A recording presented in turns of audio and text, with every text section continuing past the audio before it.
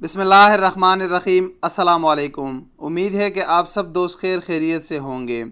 इंशाअल्लाह सऊदी अरब में हालात बहुत जल्द नॉर्मल हो जाएंगे। हम इंशाअल्लाह पहले की तरह मिलजुल कर ज़िंदगी गुजारेंगे। मस्जिदें भी खुल जाएगी इंशाअल्लाह और सब चीज़ें ज़िंदगी नॉर्मल हो जाएगी। फ़्लाइट भी बहुत जल्द इंशाअल्लाह ओपन हो जाएगी। सऊदी अरब में कोरोना वायरस की तादाद में तो आप लोग रोज़ाना देखते हो कि इजाफ़ा होता जा रहा है।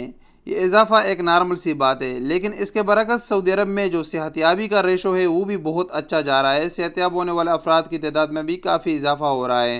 अगर पूरी दुनिया की निस्बत देखें तो यहाँ पर सेहतियाब रिकवरी रेट बहुत अच्छा है।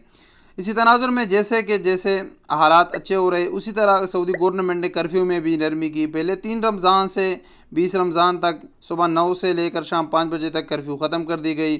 इसी के बाद कुछ एरियाज़ ऐसे थे जहाँ पर 24 घंटे की कर्फ्यू थी, वहाँ पर घरों से निकलने पर भी पाबंदी थी, जिनमें मदीना मुनव्वरा भी शामिल था। मदीना मुनव्वरा के 6 हैया ऐसे थे, 6 डिस्ट्रिक्ट ऐसे थे जहाँ पर घरों से निकलने पर पाबंदी थी, 24 आवर कर्फ्यू थी।